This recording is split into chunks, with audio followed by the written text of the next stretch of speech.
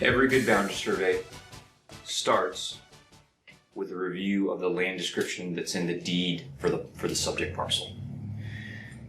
But there are frequently problems in the land description of the deed. So we find errors and problems, some of them small, some of them pretty major. So what I want to do in this video is I want to explain to you the three types of problems that I might find when I look at the land description in your vesting deed. Okay? So deeds can basically contain two types of errors. Well, errors that fall into kind of two main categories. One is what we call patent errors, and one is what we call latent. Okay, those are legal terms. So patent means it's an error that's evident from the deed itself, right? So I can get your deed, I can read it, and without pulling in any outside evidence or information, I can see that there's a problem. That's called a patent error. And then there's what we call latent error. Latent error is more of a hidden error problem, and what that usually means is we've got to get some outside evidence or outside information to be able to identify and understand what the error is, okay? So for example, we take your deed measurements and find out that they don't match property corner monuments that are on the ground. That would be an example of a latent error. Okay, so we're not going to talk about the tricky errors, the hidden errors in this video, but I do want to talk about three kinds of patent errors or more obvious errors that we can find just from reading your deed. We can find these mistakes. So here you go, here they are. One is missing calls for controlling elements. Now, what does that mean? Okay, it's a little bit technical, but I'll try and give you a simple example. So let's say you have a parcel boundary that runs along a road and then goes to a creek, center line of a creek, and then runs along the center line of the creek. And then it goes down to maybe like what we would call section line. It goes down to section line, okay, and then it comes across, let's say it goes along a railroad boundary, okay? So what your deed should say when you read your deed is it should have the measurements, okay, that's what we call the meets, and it should have the bounds.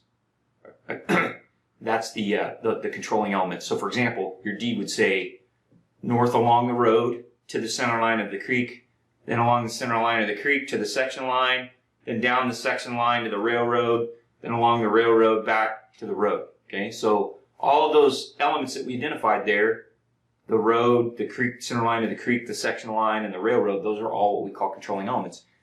Oftentimes, those get left out of the deed by accident, okay? And that's a problem. That's a big deal. I need to know, as a surveyor, what those controlling elements are. That helps us understand what the intent of the parties was when they wrote the description of the deed, right? And in most cases, those controlling elements are gonna control the actual location of the property, even if they disagree from the measurements that are in the deed. So one thing that sometimes happens is we're missing controlling elements, and we can usually see that if we're reading through the deed. We can usually tell, yeah, they're missing some information here. Okay. The other thing is there can be errors in the deed measurements themselves. So as a general rule, deed measurements should form a closed figure. So if we take the measurements in the deed and we draw them up, we do the math, and they don't form a closed geometric figure, that's what we call closure error. That's a problem.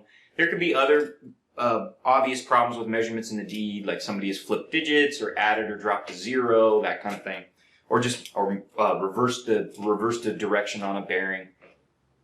Okay, so that's the second error, errors in measurements. The third thing is sometimes you get extra stuff in a deed that shouldn't, land description that shouldn't be in there. So a parcel or an easement or a portion of a parcel that was copied into that land description by mistake, or sometimes there's stuff that should be in there that gets left out.